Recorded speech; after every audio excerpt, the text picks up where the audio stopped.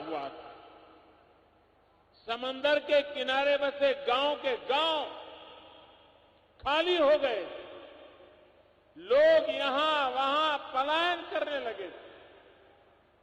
कितने ही नौजवान सूरत जाते थे, वहां एक ही कमरे में 10-10, 15-15, 20-20 लोग जैसे तैसे गुजारा करते।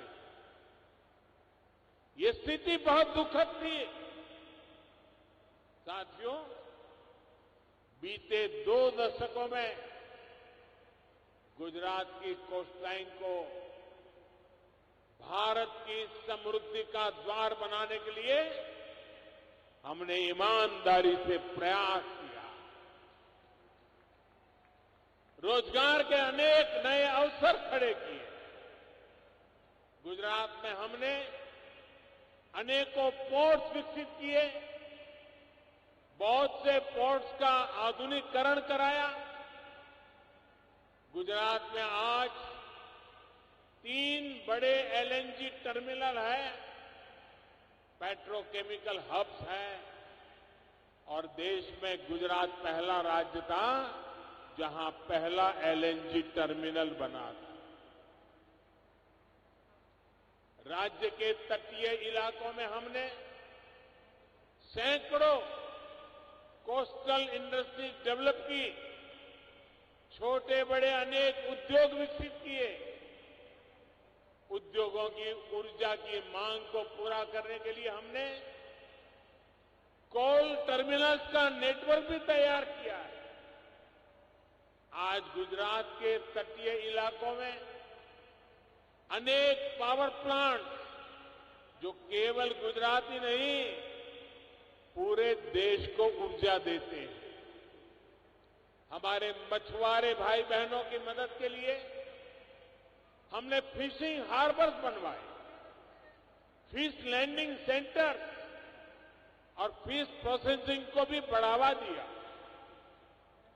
फिशिंग हार्बर का जो मजबूत नेटवर्क हमने तैयार किया है, उसका भी निरंतर विस्तार किया जा रहा है, उसका आधुनिकीकरण किया जा रहा है।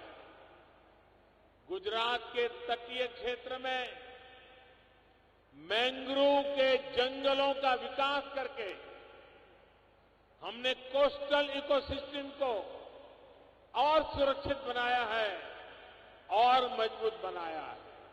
और उस समय भारत सरकार में जो मंत्री हुआ करते थे, उन्होंने एक बार कहा था कि हिंदुस्तान के तटीय राज्यों को गुजरात से मैंग्रोव का विकास कैसे हो सकता है, ये सीखना चाहिए।